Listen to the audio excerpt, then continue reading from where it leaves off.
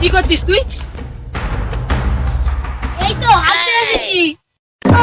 মাঠে হাত দিয়েছিস, হাঁটার জায়গা নেই? কথাটা উঠো না, আমি নিউজে দেখেছি বাংলাদেশ কলকাতা 4 দিনে দখল করে নিচ্ছে, তাই আমি মাঠে হাত দিয়ে এসেছি ভয়েতে। ওদের অকাত আছে কলকাতাকে দখল করার? তুই কি বলছিস? যাদেরকে আমরা জন্ম দিলাম তারা আবার কলকাতা দখল করে? নিজের বুড়ো তো বললো 4 দিনে কলকাতা দখল করে, তুই হাগু কোথায়?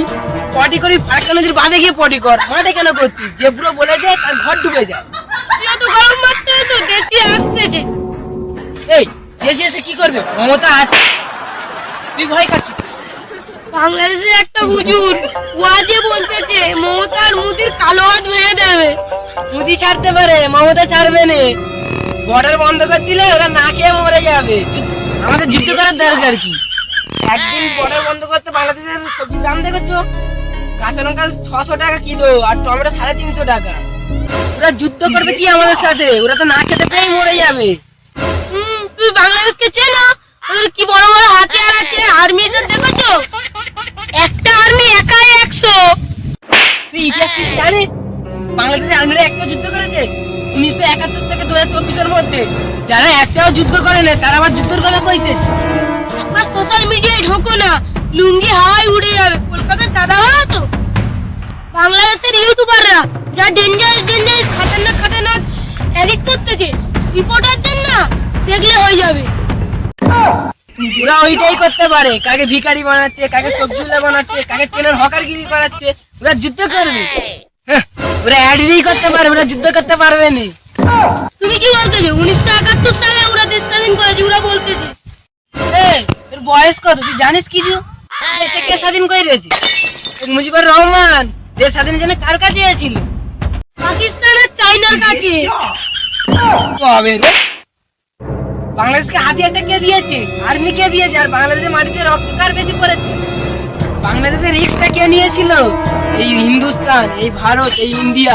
কারণ বাংলাদেশে অলিগলিতে ঢুকে পাকিস্তানরা মারতেছিল, তখন চায়না এসেছিল না আমেরিকা এসেছিল। ইন্ডিয়া রিস্ক নিয়েছিল বলে বাংলাদেশিরা স্বাধীন পেয়েছে। আজ পুরাই আমাদের সাথে বেইমানি করতেছে। তুই একা ইউটিউবে দেখিনিস, আমরাও দেখি। ধৈর্য ধর, তার ফল আছে। ওরা যে হাতিয়ার দেখাচ্ছে না, বাঁশের হেলিকপ্টার, সাদার রকেট, আরো কত কি যেন দেখাচ্ছে। তুই আমরা পাগল ভাবি? আরে ওই সব নিয়ে কি হবে? আরে তোরা তো হাসতেছিস কেন? আরে এর কথা শুনলে তুইও হাসবি। আরে কি হয়েছে এটা কি? আরে বাংলাদেশ নাকি ইন্ডিয়ার সাথে যুদ্ধ করবে, ওদের হাতে কাঠের হেলিকপ্টার, আবার সাদার রকেট, আমার নাকি রিক্সার টিম আসতেছে।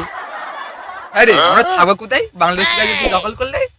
বাপের বাড়ি আছে তো পেয়ে যা। কি আর বড় ভাই, বাংলাদেশের থেকে ভয় লাগতেছে। নিজে যা শুনতেছি বাংলাদেশি সেনা নাকি বিস্তার ভয়ঙ্কর সেনা। বাংলাদেশের কত সেনা আছে? 2 লাখ সেনা আছে জানো? ওর জন্যই তো আমার ভয়টা লাগতেছে।